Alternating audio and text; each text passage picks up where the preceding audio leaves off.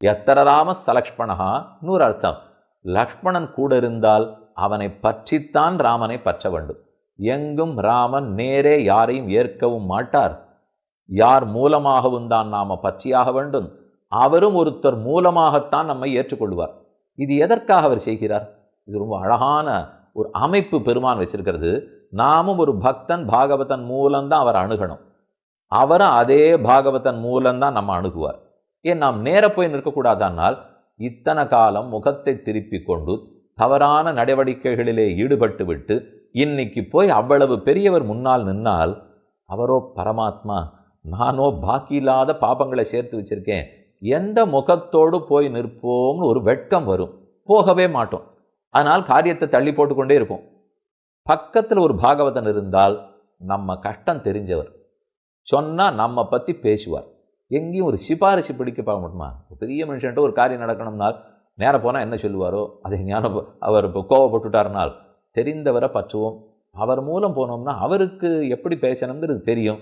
அதே போலத்தான் இங்கேயும். அதுக்குன்னு அதே போலங்கிறதுக்காக உலகம் நினச்சிக்க வேண்டாம். பெருமானிடத்தில் இருக்கக்கூடிய பக்தர்கள் பிராட்டி கண்டிப்பாக நமக்காக பண்ணி வைப்பார்கள். இதை ஒவ்வொரு இடத்துலையும் பெருமாள் பண்ணிண்டே வரார். சுக்ரீவனுக்கு பட்டாபிஷேகம் பண்ணும்போது 2 இடம் பார்க்கலாம். ஒன்று, முதல் சண்டை நடந்தது வாலிக்கும் சுக்ரீவனுக்கும். அம்பைய விடல ராமன், நைய புடைத்த அடியை வாங்கிட்டு திரும்பி வந்தான் ரத்தம் கக்கி கொண்டு.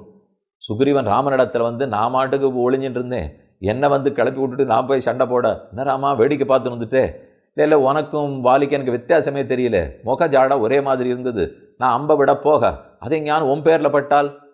ராமனுக்கு அது தெரியாது. அவருக்கு அம்பு விடுகிற சாமர்த்தியத்துக்கு எத்தனை வேகத்தில் யார் செய்தாலும் பார்க்காமலே விடக்கூடியவர். தசரதன் பார்க்காம அம்பு விட்டுருக்கார் தெரியும், அர்ஜுனனை கண்ணை கட்டி கொண்டு விட்டுருக்கார் தெரியும், கர்ணன் எப்படி அம்பு விட்டுருக்கான். இவர்களுக்கெல்லாம் அம்பு தெரியட்டே. ராமன் அம்புக்கு அந்தராத்மா. அப்போ பார்த்து செய்ய மாட்டாரா? ஆனால் ஏனோ தடுத்து விட்டார். இன்னும் லக்ஷ்மண அங்கீகாரம் சுக்ரீவனுக்கு கிடைக்கவில்லை. அது இல்லாமல் நேரே வந்து விட்டான். லக்ஷ்மணன் ஏற்றுக்கொள்ள வேண்டும். ஒரு பாகவதன் ஏற்றுக்கொண்டு அப்புறம்தான் பெருமான் அணுக முடியும். பக்கத்தில் கஜ புஷ்பிகான்னு ஒரு புஷ்பம் பூ, அந்த பூவை கிடுகிடுன்னு பறித்து சின்ன மாலையா தொடுத்து லக்ஷ்மணன் கையில் கொடுத்து, லக்ஷ்மணா அவன் கழுத்தில் போடுங்கிறார். லக்ஷ்மணன் கழுத்தில் இட்டவுடனே பாகவத அங்கீகாரம் கிடைத்தது. அதற்கு அப்புறம்தான் ராமன் ரட்சிக்க வருவார்.